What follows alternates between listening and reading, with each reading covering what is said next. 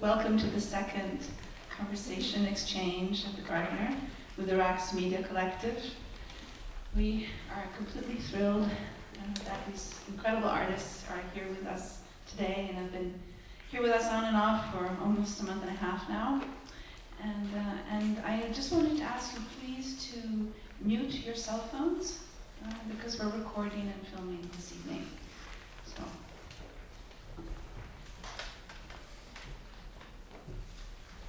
Thank you, Hirana, and welcome everybody to this second conversation in the Great Bare Mat Exchange at the Gardner Museum. This conversation is anchored by a carpet, the carpet that you see in front of you, the Great Bare Mat, which is part of the show in the neighboring gallery. We were inspired by three ancient bronze bears, mat weights, from the Han Dynasty period in China, two of which are in the museum, which were used to hold down carpets so that people could sit and have debates and discussions on them.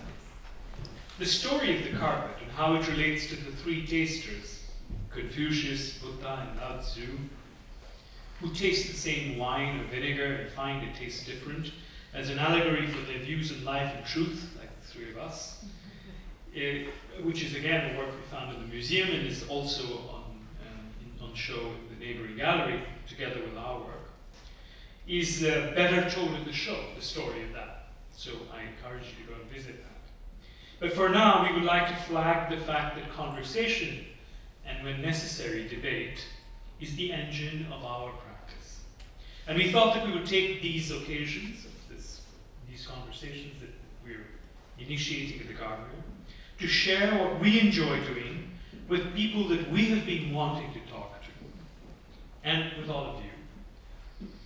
Because that's really what gets us going. It sets us thinking, it makes us do all the work that we do together. Intelligence is one of the things that struck us when we experienced this museum and its collection.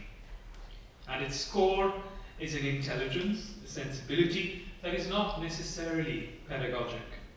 It doesn't teach you the history of art or civilization or its achievements, and yet it leaves an impress about the design of living, about cultivating a balance between and across the senses.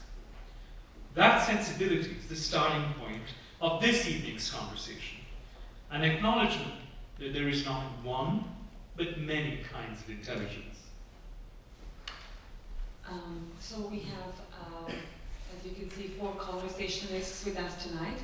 You can read more about them in the flyer that has been given to you, but just very briefly, Joan Jonas here. She, we all know that she's an amazing pioneering artist and eminent professor at the MIT Visual Arts program. We met her many years ago at Documenta 11, and that was the first time. And every time we come to Boston, every trip to Boston has been made much more sparkly because of conversations with her. Dr. Bose, Arnie Bose, here, is a neurosurgeon who has a special interest in the arts. He's not only here in his medical capacities, and he's the founder of the not-for-profit foundation called, an arts not-for-profit foundation called Plus 91.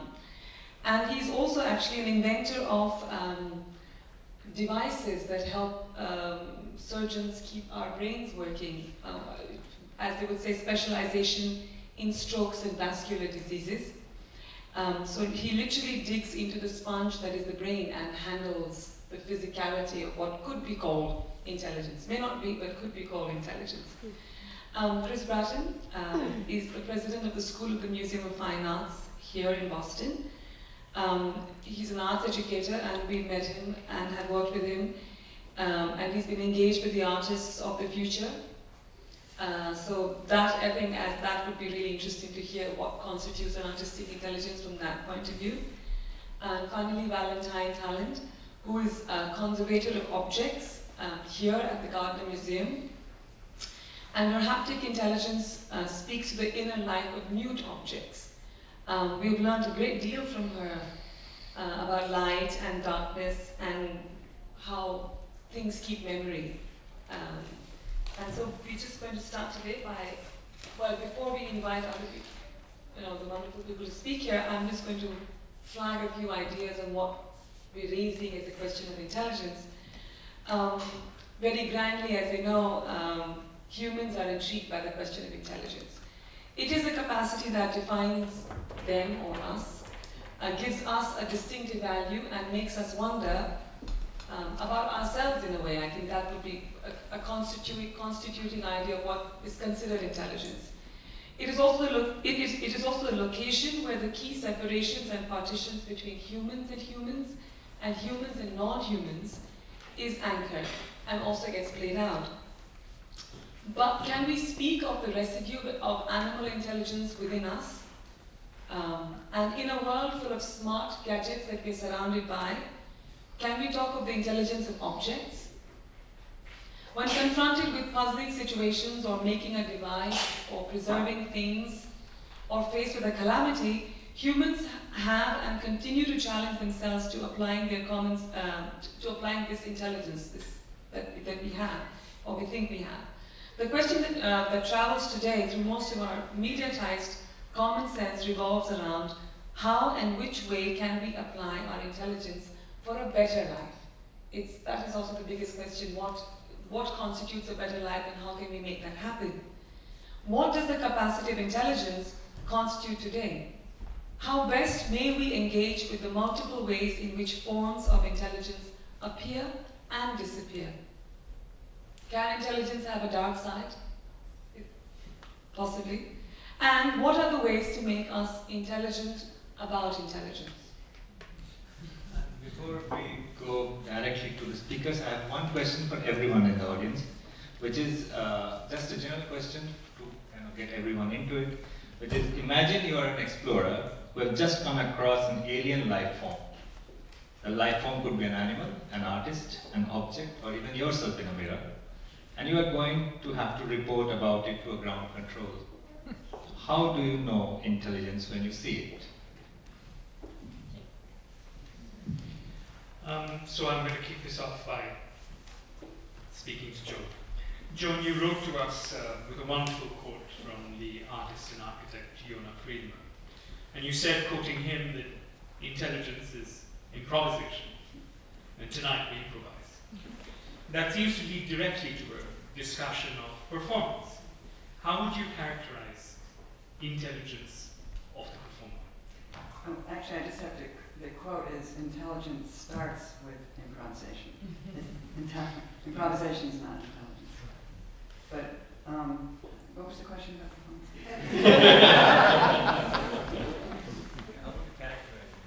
How would you characterize intelligence and performance? Well, I have to say, to begin with, I don't think about performance being intelligence. So if I thought about that, then I wouldn't be able to work. Yeah. So I think performance contains all kinds of histories and memories of both the body and the subject of the performance. And it depends what kind of performance you're talking about. So I'm just going to have to speak about my own experience, direct experience in performance. And well, performance is, if you start with an improvisation, you can compare it to cooking. I always use that as a metaphor for this kind of improvisation and making art, actually. And I found another quote about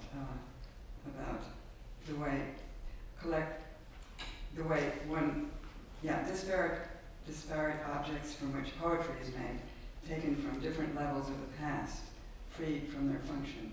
That's, I can't remember the person, I got it from the Warburg book, but that's really the way I think about how one puts something together. But in order to talk about performance, I'm just going to read an improvisation, a list of it's taken from some of the things I've given my students. And it's kind of a poetic list of beginning with improvisation. And broken symmetry, light, heavy, see the abstract form that underlies. Draw, form the space between, walk around, move with object, the prop moves you. Draw around your objects, draw the space between. Turn upside down and sideways, draw without looking, show object, tell a story. Artists as anthropologists, place two ideas side by side. What am I afraid of? Find a scene from a film, play it, present your version. Talk a bit about parades, banners, sticks, politics, etc. Feel the weight of your body. Nothing empty, no goal. Raise arms up and down while walking as if in a series of stills in the film. Be aware of others in space. Move in relation to others. Double your speed, triple it, stop. Imagine a floor plan with large shapes, move among them, distance, signal near and far. Telepathy, magic show, signal, ask a friend to give you a sentence, add sound. Fragmented, crushed, turned inside out, dream. Condensation and displacement, mask the stage, the place, write a story. How did we make this? Just begin, space of the monitor, hidden space. Get long floppy sticks from the lumberyard, poles, work with poles, with trees, with blocks, pieces of wood tied to your feet, hold blocks, hit them together overhead. Medium of water, move as if at bottom of sea, great pressure, blindfolded, edge of sea, the deep sea. If I could remember, it would be simple things, begin, mask, exercises, exchange stage directions, draw a diagram of your movements, ask a friend to give you a sentence, exchange diagrams, move among imaginary shapes, lift, throw, lie, work in pairs, signal, near and far, do one thing, think another, endings and beginnings, repeat action with and without sound, drawing games, folded paper, ways of drawing, draw in space on the wall, mark as you move, fold paper, make a mask, filmic terms, depth of field, montage, cut, edit, deep focus, frame, overlay, dissolve. Ways of drawing, draw for an audience, draw contours without looking. Drawing as icon, as emblem, as sign. Group drawings, animals, objects, diagrams, lines and circles. Secret drawings, draw with body. Waltz ritual through a lens. Camera as pencil. List, wooden bird, milk, cow dung, grass. Blood, involuntary sculpture. Blood, sky, imprint. Clay, dough, desire, pleasure, pain, flour, meat, rice, butcher, exchange movements. She flaked along, hesitating, almost clumsy, never completing a gesture. Body part by part, where does it take you? Wait, lean, fall, warm up, relax.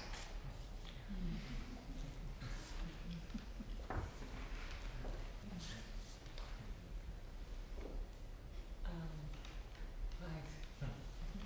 No, I'm sorry to do No, that. I but- think, I think I want to let me mull over that. But I'm just going to ask Arnie to respond to that now. That's probably It sounds like a description of life. It sounds incredible. It sounds like it is being in a complete sort of ways. But I'll ask you something perhaps a bit easier, which is that when you see a brain, and you've seen a lot of them, something that, I only look at walnuts in image, but you see brains. What do you see? What do you see? Do you see tissue, or do you see a set of problems, or do you see it as a machine or a box, a kind of a mystery box of some kind, or an engine? I have no idea. I mean, there's sort of biology of it, but what do you see besides that? Right. So, you guys sent me an email with three questions, so to speak, and that when I looked at the questions and tried to distill the essence of the questions, it seemed that the first question had to do with brain and mind, and it in reference to the question that you posed, is it, do I see the brain as mind or a engine of the mind? And the second question, I think, had to do with brain and biology. So, how is the brain when looked at neurobiologically? And the third question, I think, had to do with the brain and pathology, and what does pathology teach us about the brain, and then how does brain pathology lead to epistemology, and does it lead to epistemology in a relevant way, and can we really learn from it? back to your question of the brain as a, because I think of all the choices that I was given, it would be the engine of the mind would be most relevant. But what does that mean exactly? You guys have an incredible impact on places that you go. But in on the 23rd, which was Tuesday, in the Science Times, there was an article. I don't know if you folks have seen it, but if you haven't, you should look at it. But it was specifically on intelligence and the mind. And so your impact, I didn't know it had gone that deep. But it had very interesting concept and way of thinking. It was they were quoting a person named Kevin Mitchell, who is at Trinity College in Dublin, and who talks about this intelligence in as a genetic variable. And because now that we have cheap ways of decoding the human genome,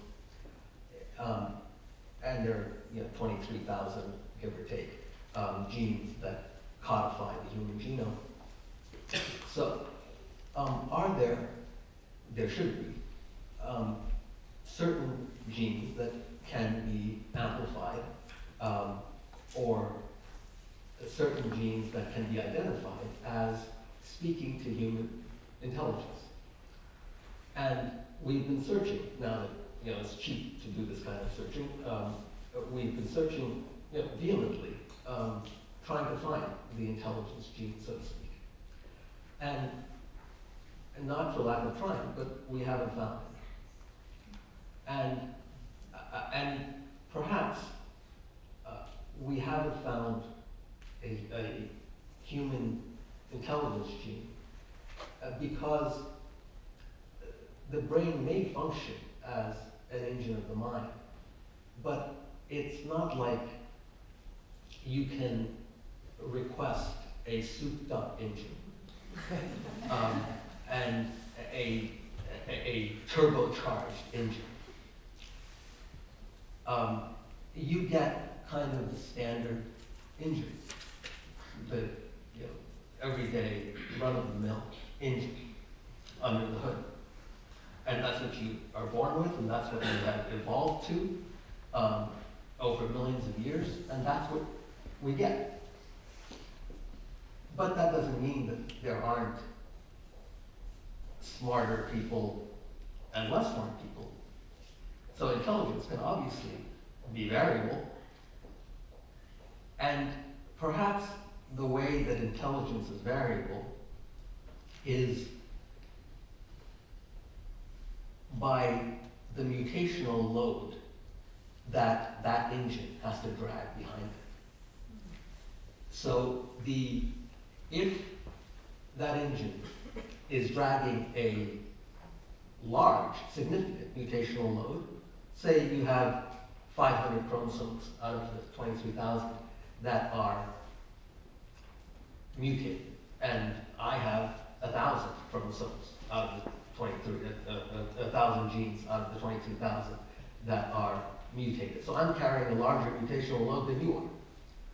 So we have the same engine to start with under the hood, but since I'm carrying a larger mutational load, I'm going to go slower than you are. And your intelligence is going to be better than mine. So that seems to be a more reasonable way of approaching the question of intelligence. And the other thing is that if this 23,000 genes is the genetic blueprint of intelligence, that's a architect's blueprint.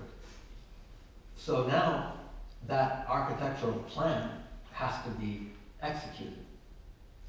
And we're going through this major house renovation they know about. So this is very relevant to me. But the execution of that genetic blueprint is done by virtue of the general contractor.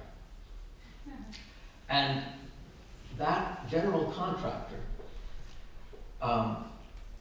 is in the body, is in the form of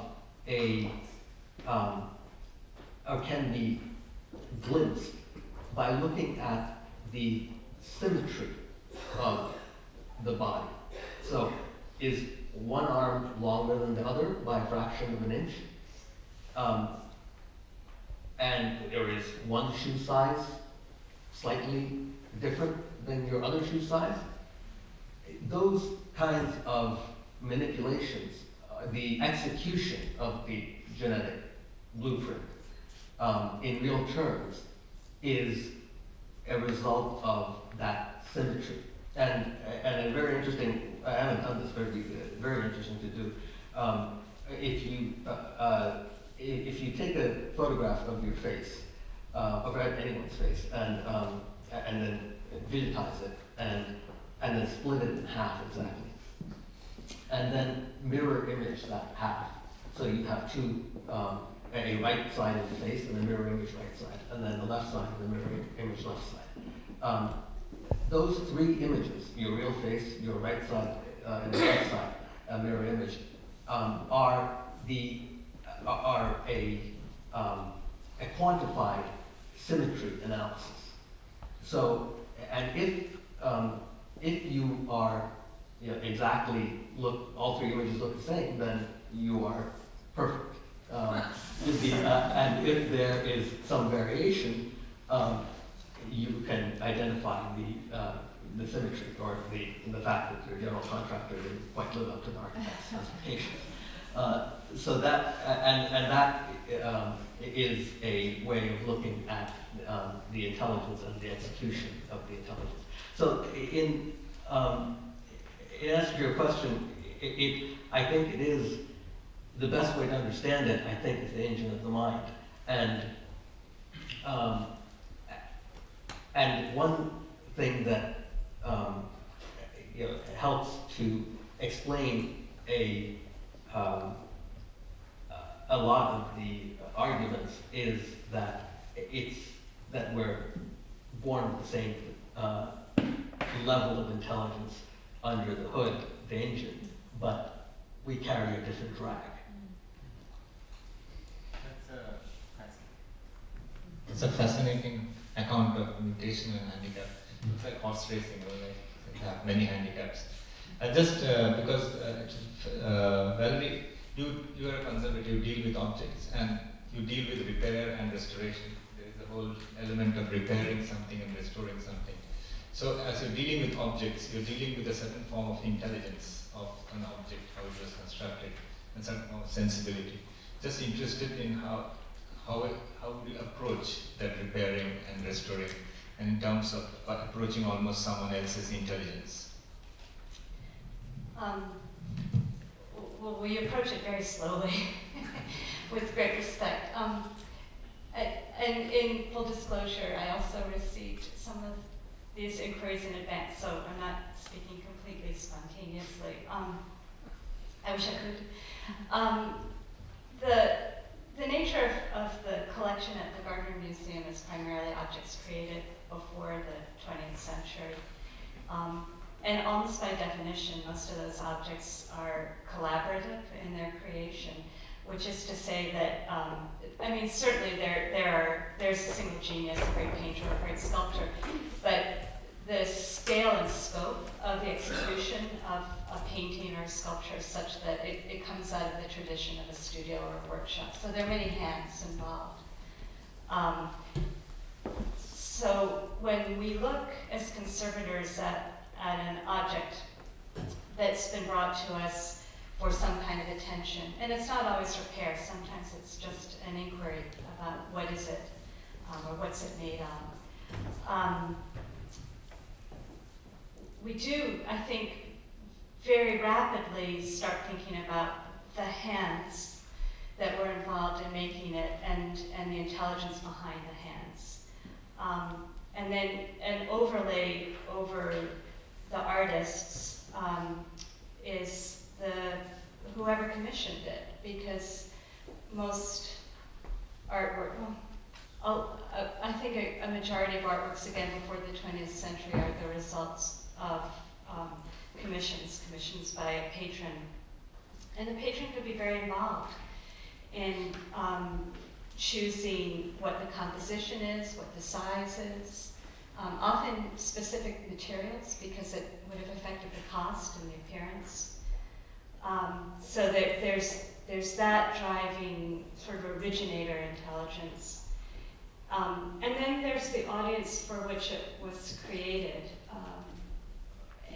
And it gets difficult when we like to think comparatively, I think, about how we respond and think about things to how people 100 years ago, 500 years ago responded or thought about things. But at some point, I think you have to acknowledge that our sensibilities are shaped by our context and our experiences. So the best we can do is approximate as sympathetically as possible what people are thinking. But I find one of the easiest examples, and I think it's very useful to speak metaphorically, but one of the best examples in art collection in terms of thinking about what people saw, how they might have responded to an artwork, is a monumental stained glass window, which many of you I'm sure know, in the chapel in the Gardner Museum. It's called the Soissons window, and it was completed around 1205 for the Soissons Cathedral in Reims in France.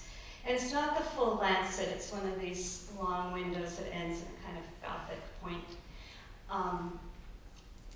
But it's a story.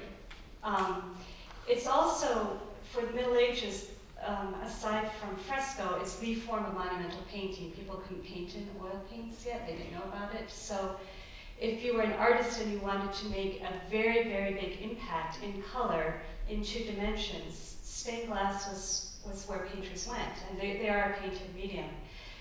But it's a story about a brother and sister saint, which would have been immediately recognizable to anybody in that cathedral, although they're obscure enough that few of us would recognize their names. Nicias and Eutropia, in case you're wondering. And everybody in there would have understood how to read the story. They would have looked at the bottom panels first, and then their eye would have traveled up the window. And ultimately, on very superficial levels, that would influence a restoration treatment in terms of, particularly if you received a window in pieces, you would understand that you needed to retell the story as accurately as possible. So the risk that I feel that we always run as conservators is that we talk a lot about things like artist's intent, and when we're using that phrase, we are talking about the intelligence of the artists and the patron and the audience. It's uncomfortable, I think, to do this to a certain degree because it's very, there's a presumption in that you can actually, you can recreate what that intelligence was.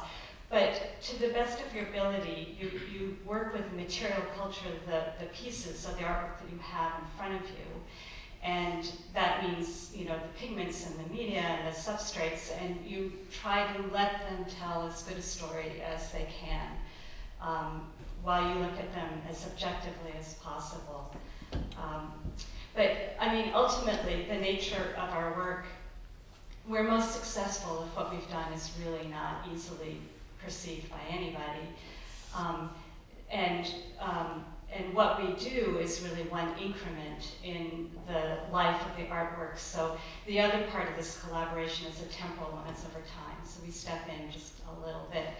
So to the extent that we're thinking about the intelligence, ideally it's from a position of respect and as much shared experience as we can apply.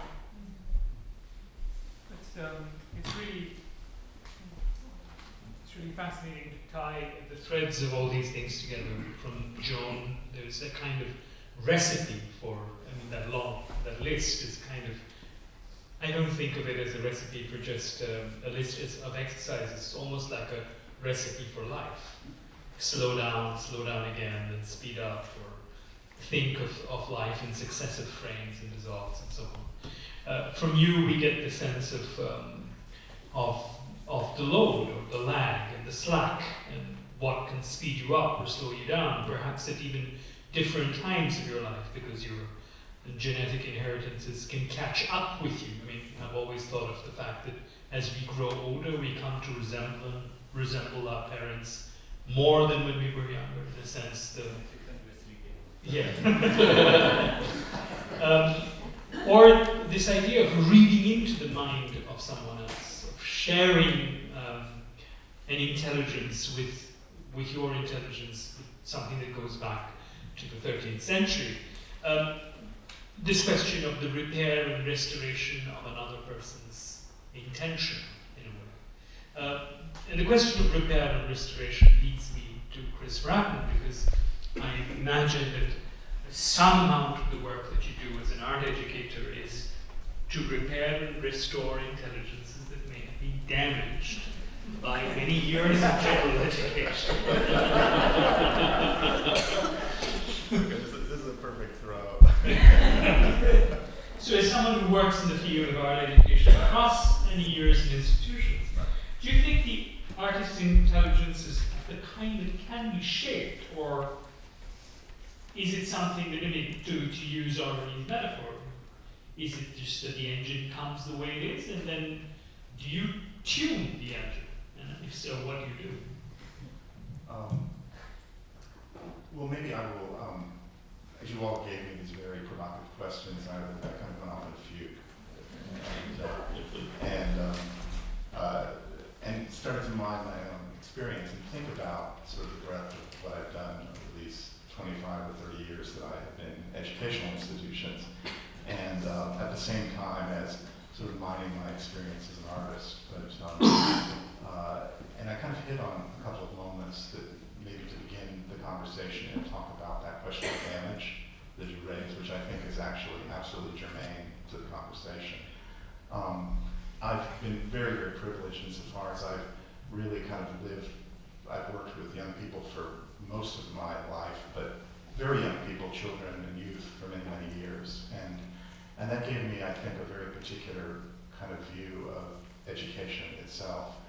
And I want to circle back around to, I think, a problem as it relates to intelligence, and it's really the problem of institutions and how institutions come to shape a perception of intelligence or conversely exclude a perception of stupidity. Again, thinking about my experience, I recall a film that I saw in 1982, and my background, as you know, is as a filmmaker. And it was a film by, a film that some of you may know, by Jean-Marie Straub and Daniel Bouillet, a film called En Recherchant. And a very short film, a black and white film, about 7.5 or 8 minutes long, based on a marvelous children's book by Marguerite Duras called Ernesto. And the film has a very simple premise. It's about a child who won't go to school. And it's about the entreaties of the parents to get that child to go to school first, and failing that, a confrontation with the child's teacher, the master. Of course, set in Paris and in the French school system. And there's a marvelous moment in the film where the child, who is absolutely recalcitrant, and when questioned by his parents, say, "Why don't you go to school?" And he had a very simple answer. He said, "Because they're teaching me things I don't know." and then the child, in the confrontation with the master begins to instruct him with increasing incredulity, I should say, in the film, in my recollection of it. And he points to a photo of François Mitterrand and says, "Who is this?" And the child replies, "A gentleman." The second thing the master points to is a globe. And the child, and he says, "What is this?" He says, it's a representation of the earth or a soccer ball. And the third thing, which is perhaps the most powerful moment in the film, is he has a butterfly pinned behind glass and asks the child, and what is this? And the child glares at him and says, a crime. And I think that notion of education and crime, to the kind of issue of the damage that you refer to, is real. And certainly in my work with young people, I can tell you that I do think we do, to use your metaphor, we come with similar engines in terms of our intelligence. But institutionally, those engines are damaged. There is something about, particularly the creativity and engagement of children, which is, I think for those of you who probably worked with children know this, that it is almost infinite, their capacity for a type of engaged intelligence. And it's very hard for me to think of any children I've ever worked with who were in fact stupid, as defined. Certainly though, to use the formulation of Piaget, they are sometimes condemned to stupidity by the institutions and frameworks in which they find themselves. This is, I think, acute, even more acute when you talk about the education of artists. And let me try to explain what I mean by that. I think that the nature of schooling or industrial education in the United States is such that largely that the education that art provides has been largely absented over the last 20 years. We certainly see that in what we do at the university and college level, insofar as there are fewer and fewer programs in which students are being educated for our programs.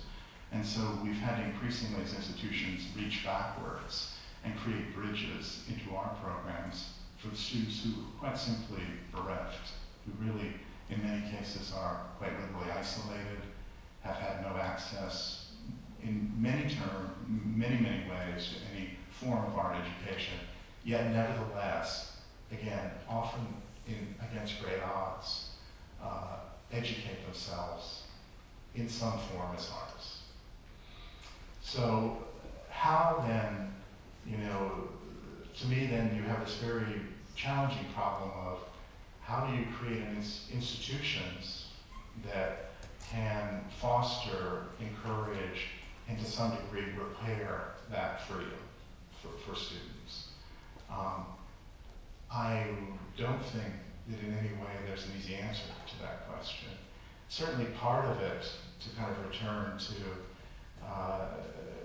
the idea of crime, is at the very level of pedagogy itself and the forms of exchange or disabling of exchange more often that pedagogy can afford. So how that pedagogy is then expressed, cultivated, how it becomes institutionalized, and ultimately, what it provides those students is, I think, the challenge.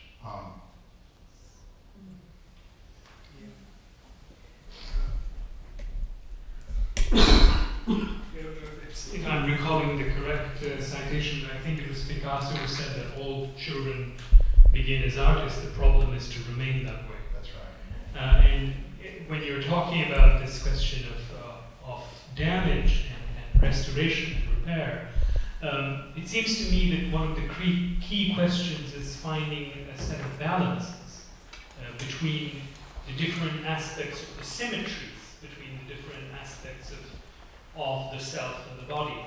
And I want to take this as the lead into a question that I want to ask Joan, because in the shape, the scent, and the feel of things, masterful performance that you've done, you present an exploration of A.B. Warburg's labyrinthine intelligence. I mean, this is something that I've been recently thinking and exploring about. It's like a maze in a way. And his sense of the way in which objects and images constitute our humanity by acting as repositories of the tensions, exactly what we're talking about, this balance between between passion and reason, between sanity and madness, and this was very personal in A.B. Warburg's case, because he was committed to a mental institution and had in fact occasion to revisit his adventures in North America as a way of arguing for his sanity. And I'm sure you can talk a little bit about that. Between light and dark, between time and the present. So can you tell us what A.B. Warburg has taught you personally about the intelligence of the image, the mask and the dance? It's a big, huge subject. I'll try to do it in a few words. Well, I just brought this book. In the 60s, I saw the Hopi snake dance in the Southwest, and it made a big impression on me. But you can't really refer to that because of respect for the Native American culture. And then in the Catherine David's document in the bookstore, I found this book. It's called Images from the Region of the Pueblo Indians of North America, Abby Warburg, and it's a book by Michael Steinberg, and part of the book is Abby Warburg's text that he gave in the institution, in the mental hospital in Switzerland. He gave a speech to the doctors to demonstrate that he had recovered. There was a very famous psychiatrist there, Binswanger, who believed that one could recover through one's work, that writing was the cure for Warburg, for instance. So, and then it's an analysis of Warburg's life and work, the second part by Michael Schamberg. So I'm just showing you what I began with. I began with this book, and I was it took me a few years to have the courage to, and also to actually plunge into this project. And so the exciting thing about Warburg is that he was an art historian. His specialty was the Renaissance, and he wrote a lot about Botticelli, and also the relation of the Renaissance to antiquity. And his big, I think one of his major points was this idea of a lot of the other art historians at the time saw the figure in repose peacefully, classically, like Botticelli. But Warburg saw this idea of pathos, which is also the idea of the Dionysian from the antique. And so he brought that into the art historical dialogue.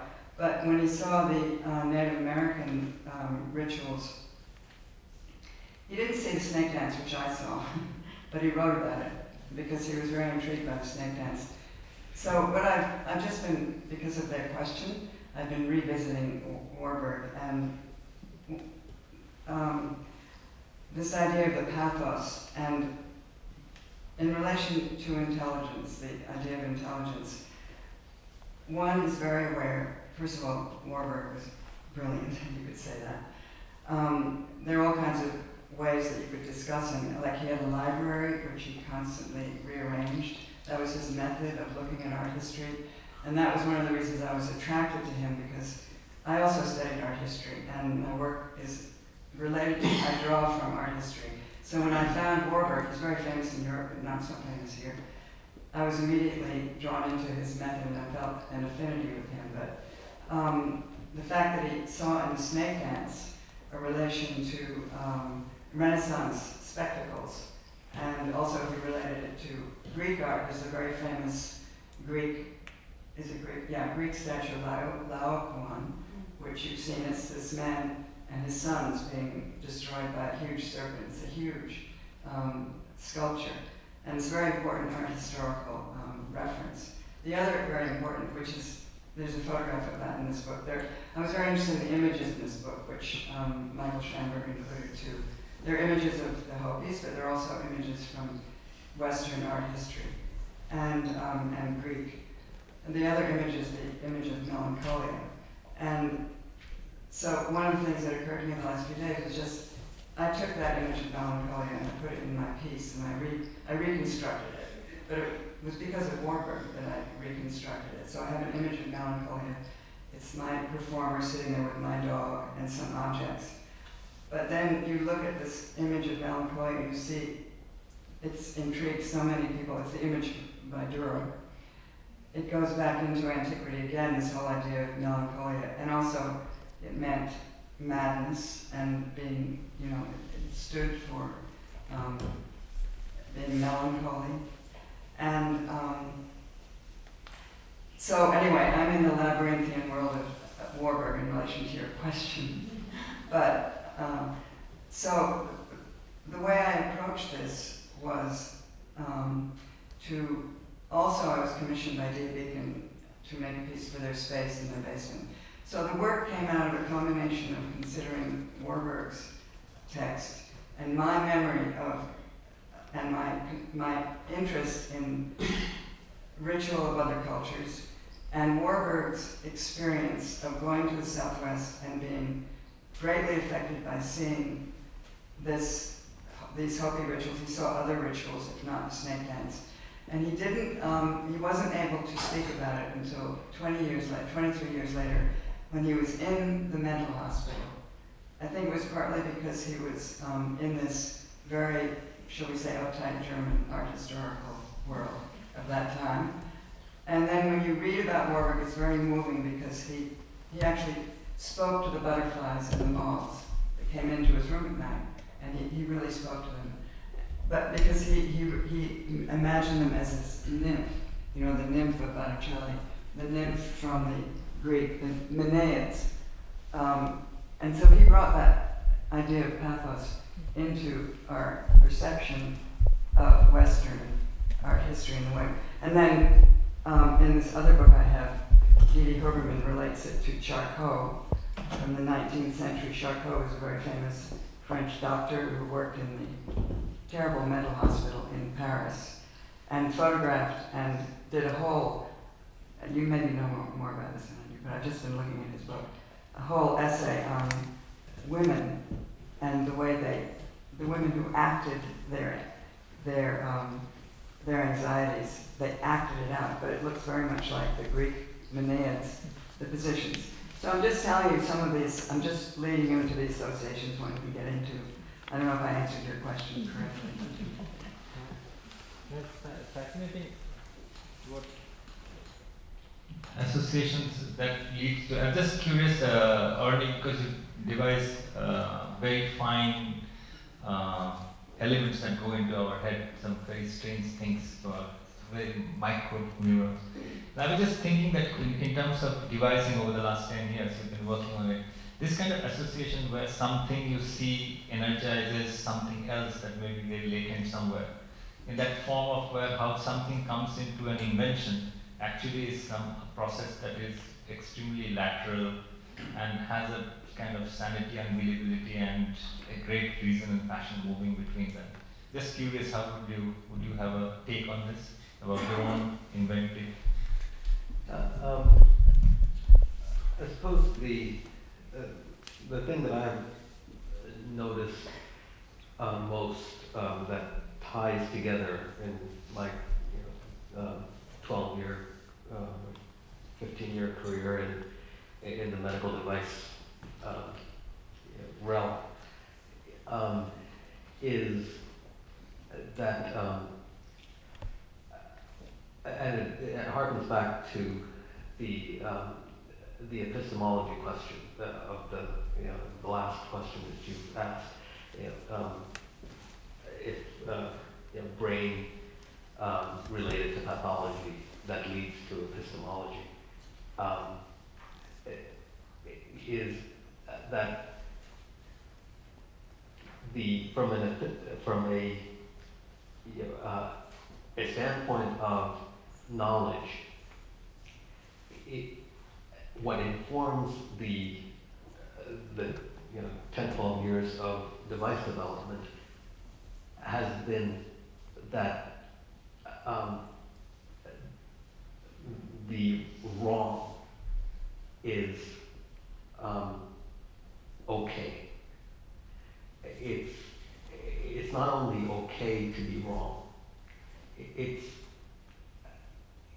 in essence inevitable to be wrong, and the being right is kind of thrown to the wayside, and And if we just relish, if I knew this, 15 years ago, it would be great, because if I could just relish in being wrong, that would be fantastic. And it would be such a better way to live for the last 15 years.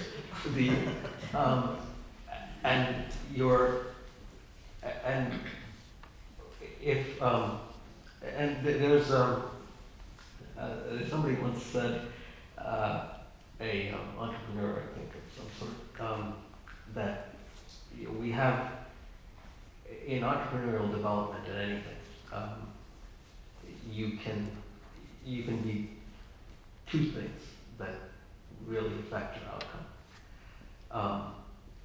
One is to be early, and the other is to be wrong. And it's much, much worse to be early. And that's, in my experience, I find that is absolutely true in spades.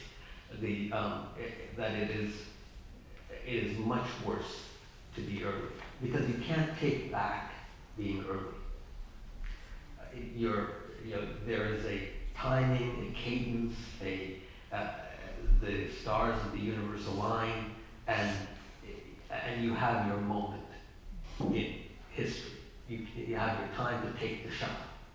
And if you are wrong, and you're not there, and your timing is off, you can't get that back. But in the course of the development, you can be wrong. It doesn't matter, because you can always correct the wrong. And in the device developments that we've done as a group, there have been numerous wrong decisions that have, decision after decision that's been wrong has ended up with a successful product at the end. And I think the ability to trust your instincts in being okay to be wrong, that would make the journey that much more easy.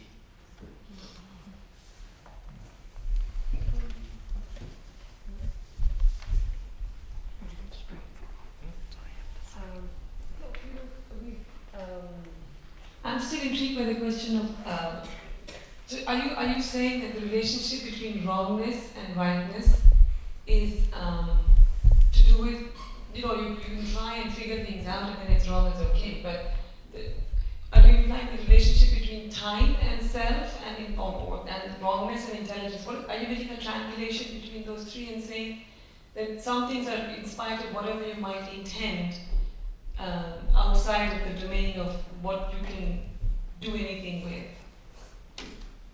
Just as an addition to that, I'm coming back to this question of why it took A.B. Warburg 23 years, and I'm thinking of that in relation to this question of being too early and being right and wrong. The question of the timing of discovering something in oneself that needs that time to have it being discovered. Yeah, perhaps in the Warburg case, his constellations had aligned at a particular time in his life, perhaps, that made that moment the right moment for discovery, and that is, that in essence, the timing of that is much more important than the substance of what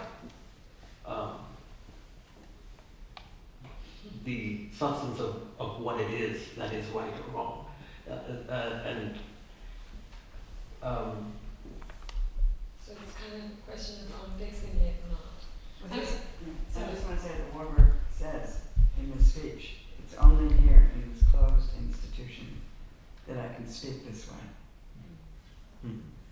this is, don't forget, just before the Second World War. Hmm. So he's speaking about demons, and he didn't mention that word demons, but it's at that time. Yeah. So he sees the world in chaos also. Yeah. It's interesting, I mean, since we're talking about that speech, I mean, I think he has this kind of commitment to the idea of finding the right distance to things. And there is this sudden statement, which seems completely out of context in that speech, where he says, the telegram and the telephone will destroy the cosmos, which is a kind of weird thing to say. But I think he's not meaning the telegram and the telephone, he's meaning the abbreviation of time and distance and compression to unbearable degrees that we need to He sometimes. said it destroys the space Yeah, of contemplation. right. Yeah. From contemplation to dreams. Another area that we, in which our minds are working, but we have no control over, thinking about some of the things we've been talking about. And I was wondering, at a very personal level, I mean, when you spend the mute intelligence, right, the objects that you're dealing with, they speak, but they speak in a different register. Do they come and speak to you in a different register when you're dreaming? I'm just curious. It's a very personal question, I know, but the haunting of things, as it were, the hauntings of minds of a different kind. Yes, and yes. I mean, I'm still struck by this concept of a kind of alienation when we perceive a distortion in our relationship, either temporally or spatially, to the things that we know. And I think that is very key in my limited understanding of intelligence. And I'll get to the dream, but it seems that in manipulating the engine that we have cultivated despite the drag, we're using memory, the things that we know. But what we're also doing, to oversimplify it, is that we're chronically synthesizing those things in order to respond to what we perceive, and that's a creative act. And I think it's very disarming when we find ourselves out of perspective with those known elements. It makes it difficult to do that synthesis. And the dream aspect, and I think what you're talking about, I don't know if you're speaking literally about dreams or the nature of preoccupation, which is kind of like intelligence with a head cold. It seems that preoccupation is creative thinking, that synthesis, until it becomes worrying and distorts your perspective. So yes, I think that the care of these objects, most conservators assume that the objects they work on, if they're not already in the public trust, like in a museum, they will eventually be there. So they're passing through your purview on a very temporary and very privileged for you basis. So, and this gets back to this issue about being early or wrong. Often one of the best solutions that we have in conservation is just to do nothing right now. Because with full anticipation that there will be a better solution. And because there's no glory in conservation, I mean, we really don't want to leave a mark. We never want to be early. And because of the nature that these things are held in public trust, they're everybody's. We certainly don't want to be wrong. And I'm old enough actually to have had the experience where things I've encountered that were really preoccupying, haunting in that dream sense, because you knew what they needed. They didn't look right.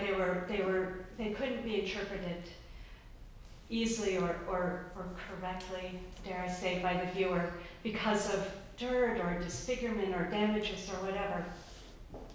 There was really nothing to do without causing more damage. And as I say, I've worked long enough now so that I've actually seen technologies emerge in our field which has made possible what wasn't possible before. So that's sort of, that's the happy daydream side of it. And in fact, we have a project right now when it's daylight, we're cleaning the freestanding classical sculpture in the courtyard, and we're using a laser technology to clean it. And the surfaces of these marbles, stone seems so immutable, but it's actually very fragile. They've been exposed and weathered, and individual crystals are just hanging on by tenterhooks. And they weren't cleanable 10 years ago, and they are now in a pretty effective way. So there ceased to be a preoccupation. They're still haunting, I think. I think any time that you intervene, I was going to say interfere, but let's say intervene with something directly, you can finish the project, but you will not lose the memory of that experience, and it may not always be exactly the way you wanted it to go, and then it continues to preoccupy. Our professions have the same central premise. To first Nobody dies.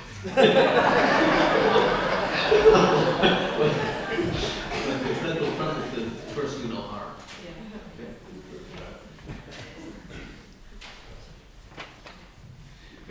Can one talking about do no harm, but can artists do harm by their occasional unintelligence?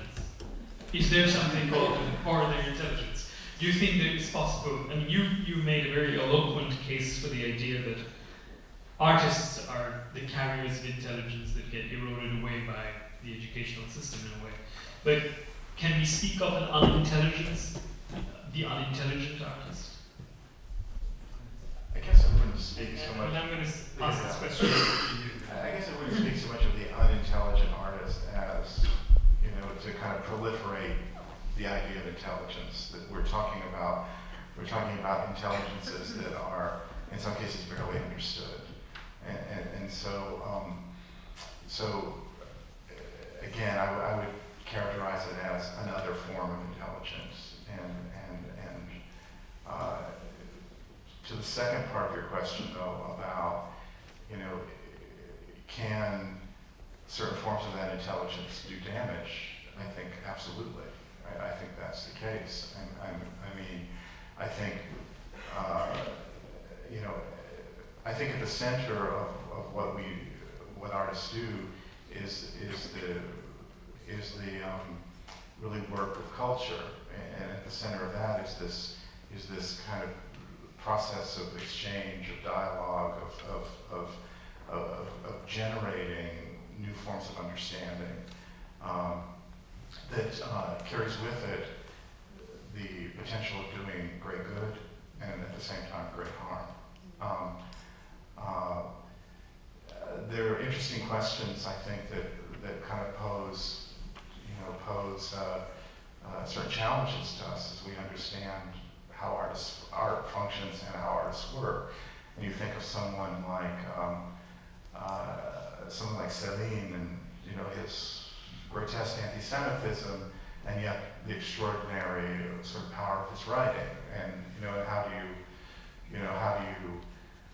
you account for the biography of the man on the one hand, and the importance and power and profundity of the work? And those are puzzles, they're conundrums that I think. I am so Oh, sorry. that's I don't know why my phone is doing Yeah. I know how to get attention.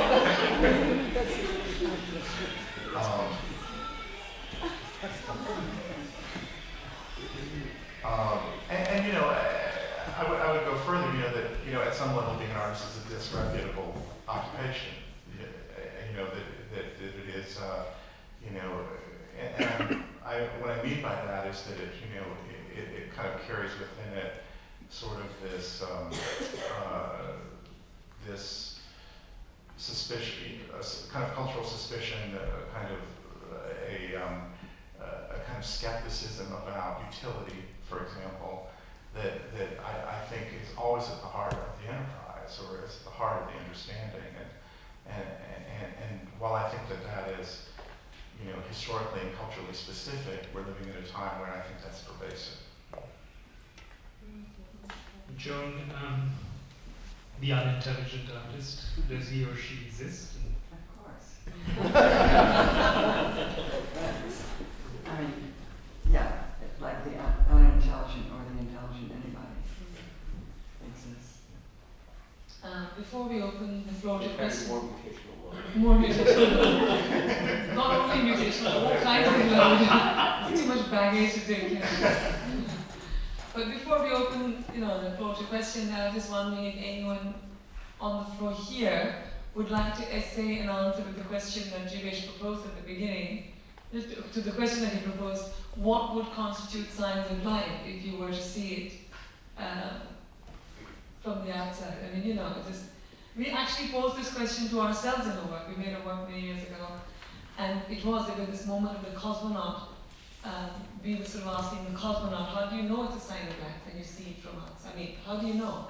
Is it a sign of life? Is it just something that is found? It's a question of, if you come across extraterrestrial intelligence, how would you even know it for what it is? And I always have imagined that the extraterrestrials are amongst us.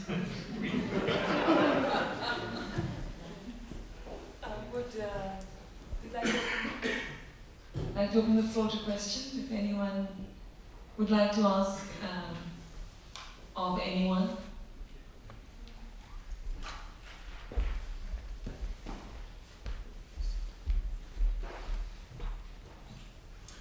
So I have a very simple view of intelligence, that it's really about information processing, and any intelligent entity is really taking in information and doing stuff with it and putting some new information out.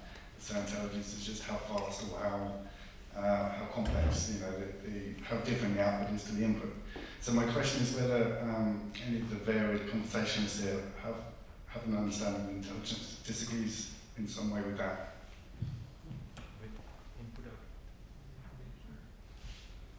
I just wanted to briefly say that I see intelligence not only about the information, there's intelligence of the body, for instance, in relation to movement. And intelligence, to me, is not just in the head, it's in all parts of the body.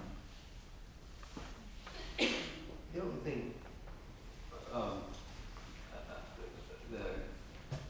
in question about what your positive statement is that if it is just information processing, then this is far more intelligent than most people I know.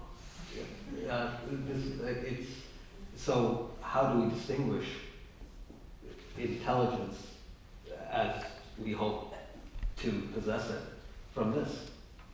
I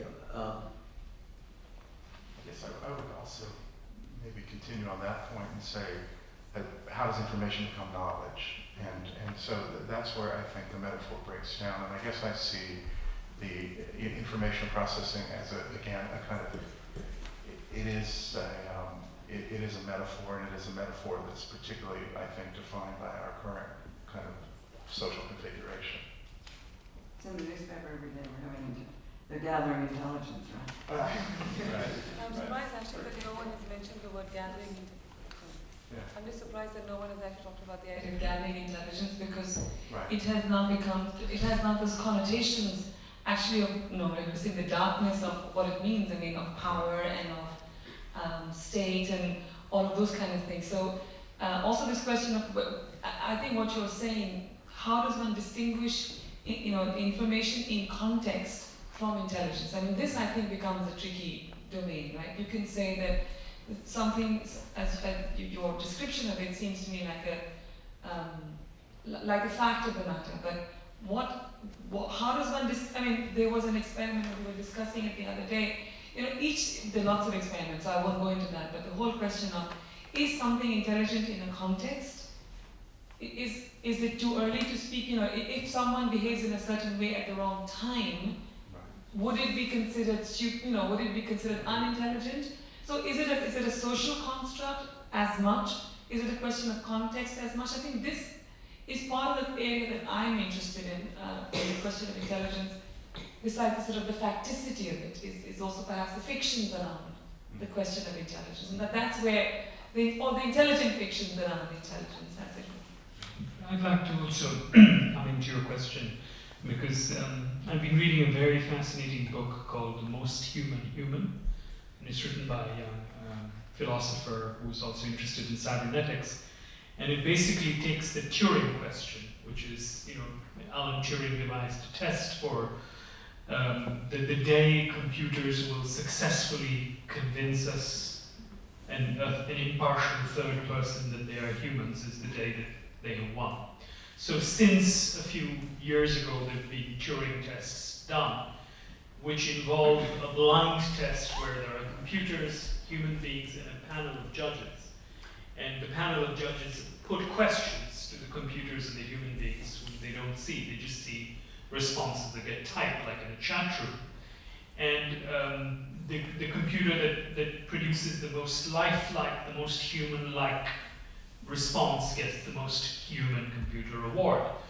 But along with that, there's also the most human award, which is a very interesting situation, because at a time when information processing power is of a magnitude that it is possible for a computer to trick us into believing that they're humans, the question of what we as human beings do to trick each other into believing that we're humans also becomes germane.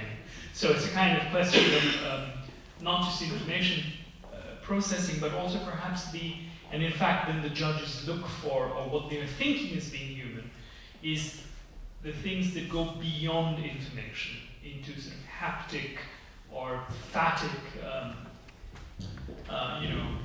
interpretative spaces, the intelligence of the body, the hesitations, the ums and the haws and the So of course a lot of people are now making computers try and do those things. Yeah. Listening to everybody here, I sense a touch on the sense of dealing with disruptions. You talk about the cell phone being intelligent, but if it breaks, and it can't repair itself technically. It needs an input. But we as humans, we get cuts, we repair ourselves.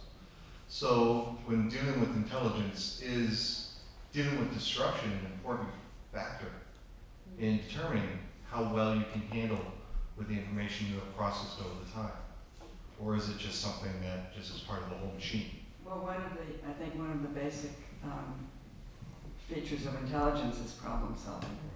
I mean, I teach at MIT, so. And the students, one thing they can do is problem solve. You know, they're very intelligent. But anyway, that's all. It's funny because when I was thinking about this subject, and like when you're preparing for anything, all of a sudden everything relates to this one subject. But I had just recently seen Hamlet again, and there are many quotable lines, but the one that, and I'm also the parent of a teenager, so I see a lot of psychology in this play. But the line that really sticks with me is when he's about to die fairly soon after he kills a few people, but he says, to paraphrase, you know, what you expect to happen will not happen, and what you don't expect to happen will happen, and the readiness is all. And I think this in some way responds to this question too, which is what we like about, what we recognize, I think, pretty naturally about our shared human intelligence is that it's not linear, that what's great about it is that it isn't going to necessarily follow a cause and effect line. It can go in infinite directions if there's an obstruction or there's an inspiration. And so getting back to your question about what would we recognize, that might be one of the key things I would look for if I was trying to recognize intelligence, is its adaptability. Because that's the thing that we know when we see it. There's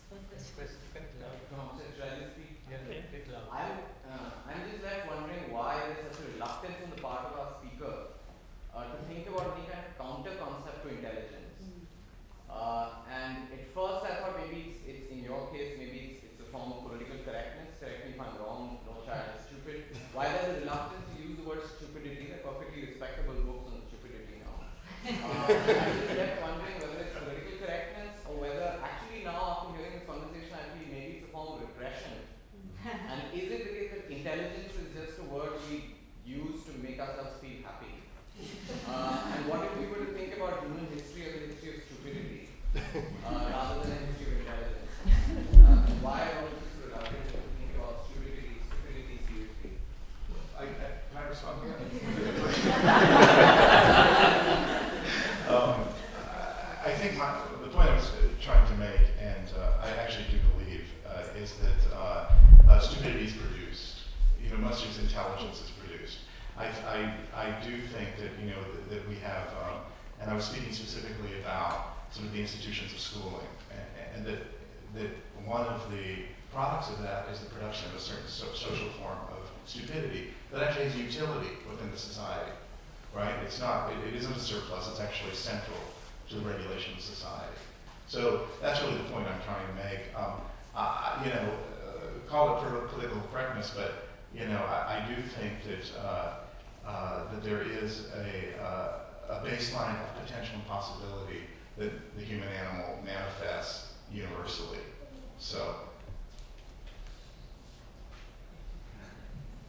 And here in the middle, after connecting, I guess, with all of you, and particularly Chris's remarks, I think that the issue of loss or failure, and I think of children, and someone who's raised children and taught for a long time, 45 years, I think this thing of survival, I'd like to throw back into the pit here of all this history that we're talking about, and how that connection is for all of us as we are here, mostly all grown-ups, quote grown-ups here. But this connection between survival, really from the beginning, and how does that piece work for you? I'd like to go back to survival a little bit, because it is the beginning of all of this, it seems. And I'm reading this wonderful book called Finding Your Fish. So it's about the beginning. So I'd like to just come back to that piece about the failures and the loss. Survival, in the sense of the brain we have evolved to has evolved in the way that it has because it has allowed us to survive, so the evolutionary constructs are evident in the intelligence of the brain. And in relation to art, I mean, the evolutionary constructs that led to the creation and the intelligence of the brain haven't changed in multiple thousands of years. And art, on the other hand, in the last 500 years has gone through essentially asymptotic changes. And how do you, so if you're tying in intelligence to art in any meaningful way, how do you reconcile that? That the one has been flatlined for hundreds of thousands of years, and while the other has asymptotically risen. What do you mean risen? I was going to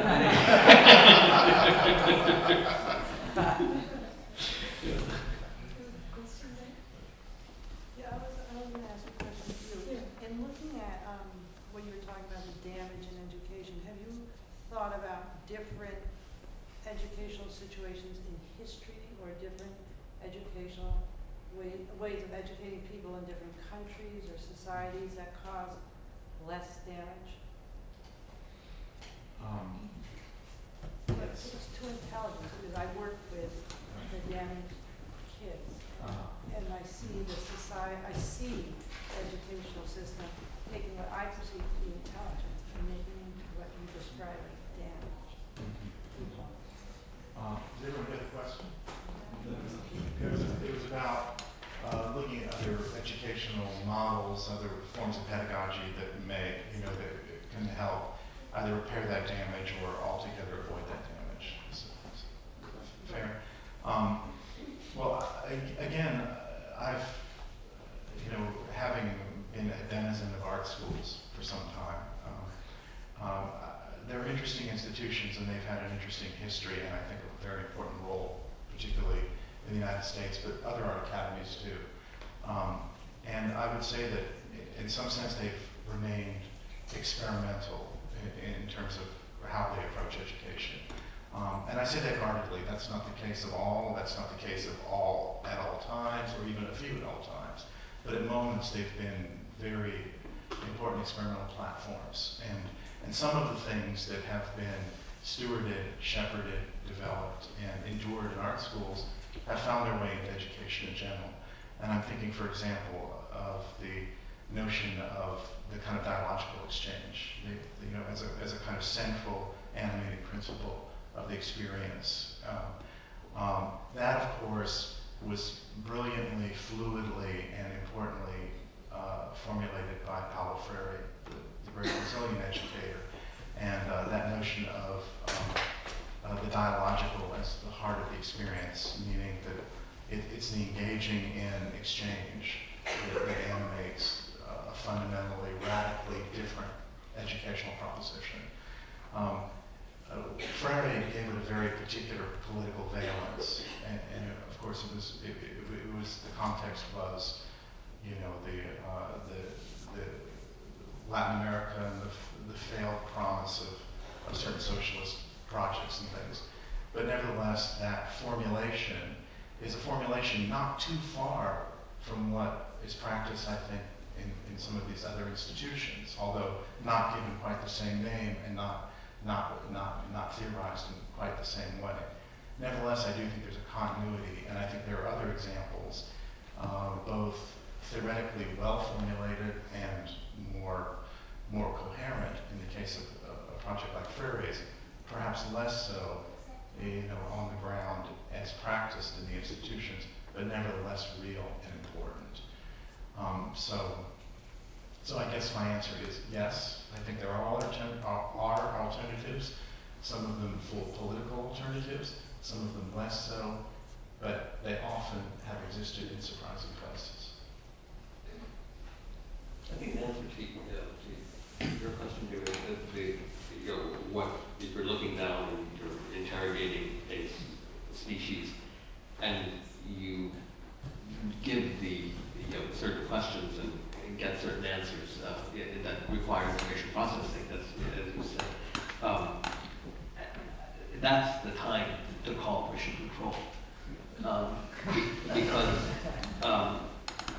because if, regardless of how simplistic that information processing is, it speaks to a creator of that information processing engine, and the existence of that creator, which is evident by that information processing paradigm that you've uncovered, indicates that you found intelligent life.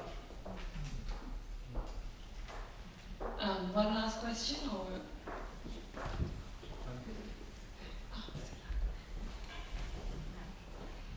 I have a question about human and inhuman intelligence. Warburg has an interesting idea of space of thinking, which is what's shrinking with new technology. And I was interested in this kind of including temporality into human intelligence and all those things that computer cannot do, like have a sense of humor.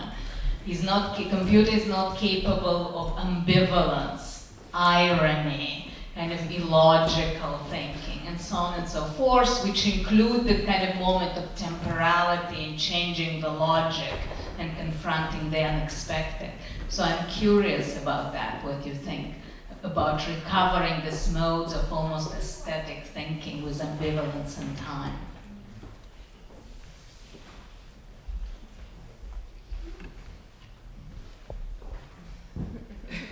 Is that going to be the way we're going to do? All what we're going to go away and think, or? Well, I like Warburg. I'm not so, I don't think about Warburg every day. But, one of the reasons that I'm so drawn to him is because of his spirit and his the fact that he talked to the butterflies. And I believe that I can communicate with my dog, And the last text I worked with was a text by Haldor Laxness, the Icelandic writer, and it's called Under the Glacier. And so it describes a glacier as a kind of, it talks about the aura of the glacier. And so anyway, that's the poetry. It's what we haven't really mentioned. It's hard to talk about it, or the spirit. And we had a student at MIT, Ross, who was all involved with witches in Salem, and going up there and talking to them. And he brought them down. He wanted them to talk to the computers in the MIT Media Lab, to the robot, rather, the famous robot, this one. And he wanted to bring the witches in and to communicate with the robot. And the scientists wouldn't allow him to do that. I thought that was really interesting. They finally allowed him to do it through the glass. So obviously they were a little nervous about having the witches.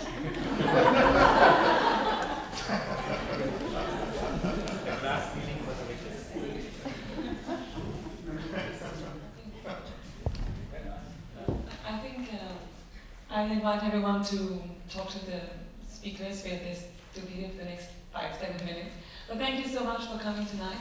It's been a really enjoyable and learning experience listening to all of you. Thank you.